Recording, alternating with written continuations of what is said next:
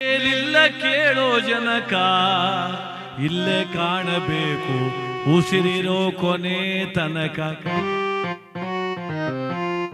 ನಾನು ನಾನು ಎಂದು ಮೆರೆಯಬೇಡ ಮೂಡ, ನಾನು ಎಂಬುದು ಮಣ್ಣು ಮರ್ತೋಗ್ಬೇಡ ಅಂತ. ನೋಡಿ, ಯಾರೋ ನನ್ನ ಮಾತು ಕೇಳ್ತಿಲ್ಲ, ಯಾರೋ ನನ್ನ ಮಾತು ಕೇಳ್ತಿಲ್ಲ ಅಂತ ಮಾತಾಡ್ತೀವಿ. ಯಾರ್ಯಾರೋ ಯಾಕೆ ಸ್ವಲ್ಪ ದಿನ ಹೋದ್ಮೇಲೆ ನಮ್ಮ ದೇಹನೇ ನಮ್ಮ ಮಾತು ಕೇಳೋದಿಲ್ಲ. ಮಂಡಿ ನೋವು ಶುರುವಾಗ್ತದೆ, ಕಿವಿ ಮಂದಾಗ್ತದೆ, ಕಣ್ಣು ಮಂಜಾಗ್ತದೆ. ಇವತ್ತಿರೋ ಸೌಂದರ್ಯ ನಾಳಕ್ಕೆ ಮಾಸ್ ಹೋಗ್ತದೆ, ಇವತ್ತಿರೋ ಬಲ ನಾಳೆ ಕುಗ್ಗು ಹೋಗ್ತದೆ. ಅದಕ್ಕೆ ದುಡ್ಡು ಜಾಸ್ತಿ ಅದೇ ಒಗ್ಗಟ್ಟಾಗಿವೆ ಅಂತೆಲ್ಲ ಮಾತಾಡಬಾರ್ದು. ಒಂದು ಸಲ ಅಲ್ಲಿಗೂ ನಾಲ್ಗೆಗೂ ಜಗಳ ಆಗ್ಬಿಡ್ತಂತೆ. ಅಲ್ಲಿಗೂ ನಾಲ್ಗೆಗೂ ಅಲ್ಲಿ 32, ನಾಲ್ಗೆ 1. ಈ ಅಲ್ಲೆಲ್ಲ ಸೇರ್ಕೊಂಬಿಟ್ಟು ಮೀಟಿಂಗ್ ಮಾಡ್ಕೊಂಡು ಜಗಳ ಆಡ್ಕೊಂಡು ನಾಲ್ಗೆಗೆ ಹೇಳ್ತಂತೆ ಒಂದಲ್ಲೂ, ಲೇ ನಾವು 32 ಜನ ಇವೆ ಅಣ್ಣ ತಮ್ಮದಿರು, ಹುಷಾರು, ನೀನು ಒಬ್ಬನೇ ಇರೋದು, ಸರಿಯಾಗಿದ್ದು ಬಿಡ್ಬೇಕಷ್ಟೆ. ಜಾಸ್ತಿ ಮಾತಾಡ್ದು ಮಗನೇ, 32 ಜನ ಸೇರ್ಕೊಂಡು ಅಗದು ಬಿಸಾಕ್ಬಿಡ್ತೀವಿ ನಿನ್ನ ಅಂತ. ಅದಕ್ಕೆ ನಾಲ್ಗೆ ಹೇಳ್ತಂತೆ, ನೀವು ಸಂಖ್ಯೆಯಲ್ಲಿ ಜಾಸ್ತಿ ಇರ್ಬೋದು, ಆದರೆ ನನ್ನ ಬಲದ ಮುಂದೆ ನಿಮ್ಮ ಬಲ ಇಲ್ಲ. ಯಾಕೆ? ನಾನೇನಾದ್ರು ಮಾರ್ಕೆಟಲ್ಲಿ ಒಂದು ಮಾತು ಹೆಚ್ಚು ಕಮ್ಮಿ ಆಡಿದ್ರೆ ನೀವು 32 ಜನ ನೆಲಕ್ಕೆ ಬಿದ್ದು ಹೋಯ್ತೀರಿ ಗ್ಯಾರಂಟಿ ಅಂತ. ಅಲ್ಲಿ ಉದುರಿಸ್ತಾರೆ ಗ್ಯಾರಂಟಿ ಯಾರು ನಿಮ್ಮನ್ನ ಅಂತ. ಅದಕ್ಕೆ ಒಗ್ಗಟ್ಟಾಗಿದ್ದೀವಿ, ಹಣ ಇದೆ ಅಂಥೇಳಿ ದರ್ಪ ದೌರ್ಜನ್ಯ ಮಾಡಿದರೆ ಅದು ಯಾವತ್ತೂ ಕೂಡ ಅವನತಿಗೆ ದಾರಿಯ ಹೊರತು ಉನ್ನತಿಗೆ ದಾರಿ ಅಲ್ಲ. ಈ ಜಗತ್ತನ್ನು ಯಾರಾದರೂ ಗೆದ್ದಿದ್ರೆ ಅದು ಪ್ರೀತಿಯಿಂದ, ದ್ವೇಷದಿಂದಲ್ಲ. ಅದಕ್ಕೆ ದ್ವೇಷದಿಂದ ಏನೇ ಮಾಡು ಉಳಿಯೋದಿಲ್ಲ, ಪ್ರೀತಿಯಿಂದ ಬದುಕ ನೋಡು, ಕಟ್ಟಿಕೋ, ಆಗ ನಿನ್ನ ಜೀವನವೇ ಸುಖಮಯವೆಲ್ಲ ಅಂತಾರೆ ಜ್ಞಾನಿಗಳು.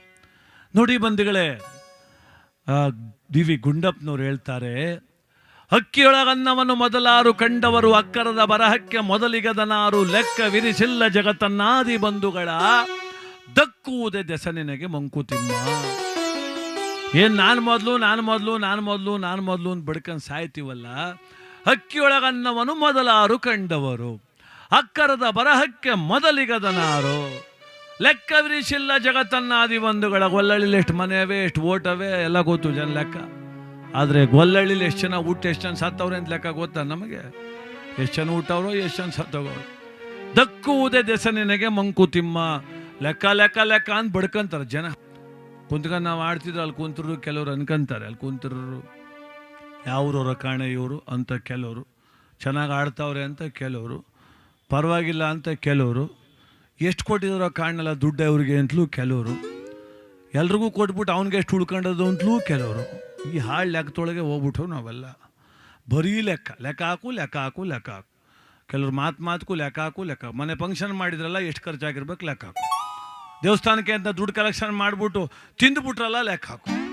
ನೆನ್ನೆ ಒಬ್ಬ ಅಂತಾನೆ, ಅವನ್ಯಾರೋ, ಉಮೇಶ್ ಅವರೇ ಏನ್ರಿ ನಾವೆಲ್ಲ ಜೊತೆಲಿ ಕ್ಲಾಸ್ಮೇಟ್ ಸಿಕ್ಬಿಟ್ಟು, ಹೈಸ್ಕೂಲ್ ಕ್ಲಾಸ್ಮೇಟು, ಚೆನ್ನಾಗಿದೆಯಪ್ಪ ಎಲ್ಲ ಕೇಳಾದ್ಮೇಲೆ ಅಂತಾನೆ, ಉಮೇಶ್ ಅಣ್ಣ ನಮ್ಮ ಜೊತೆಲಿ ಓದ್ತಿದ್ಲಲ್ಲ ಹುಡುಗಿ ಸುಮಾ ಎಷ್ಟು ಅಪ್ಪಾಗವಳು ಲೆಕ್ಕ ಹಾಕು ಅಂದರೆ, ನಾವ್ಯಾಕಪ್ಪ ಲೆಕ್ಕ ಹಾಕಮಾದ, ನಾನು ನಿನಗೂ ಯಾಕಪ್ಪ ಅದ್ರ ಹಣೆ ಬರ ಅವ್ರು ಲೆಕ್ಕ ಹಾಕಂತಾರೆ ಬಿಡು ಅಂತ. ಅದಕ್ಕೆ ಯಾವತ್ತೂ ಕೂಡ ಅತಿಯ ಲೆಕ್ಕ ಅಪಾಯಕಾರಿನೇ. ಅದು ಎಲ್ಲ ಲೆಕ್ಕ ಗೊತ್ತು ನಮಗೆ, ಎಷ್ಟು ತುತ್ತಿಗೆ ನನ್ನ ಹೊಟ್ಟೆ ತುಂಬುತ್ತದೆ ಅಂತ ಒಂದು ಲೆಕ್ಕ ಗೊತ್ತಿಲ್ಲ ನಮಗೆ. ಯಾರಾದರೂ ಬಂದು ಎಷ್ಟು ತುತ್ತು ಬೇಕು ಅನ್ನ ನಿನಗೆ ಅಂದರೆ ಲೆಕ್ಕ ಕೊಡೋಕ್ಕಾಯ್ತದ, 4 ತುತ್ತು ಕೊಡು, 5 ತುತ್ತು ಕೊಡು ಅಂತ. ಅದಕ್ಕೆ ಲೆಕ್ಕ ಇರಬೇಕೇ ಹೊರತು ಲೆಕ್ಕಾಚಾರ ಮೀರಬಾರ್ದು. ಯಾಕೆ ಅಂದರೆ ಹಣೆ ಬರಹ ಲೆಕ್ಕ ಮೀರಿದ್ದು. ಆ ಲೆಕ್ಕದಲ್ಲಿ ಬದುಕೋಣ. ಇವತ್ತು ಅಮ್ಮ ನಿಮ್ಮೆಲ್ಲರನ್ನ ತೊರೆದು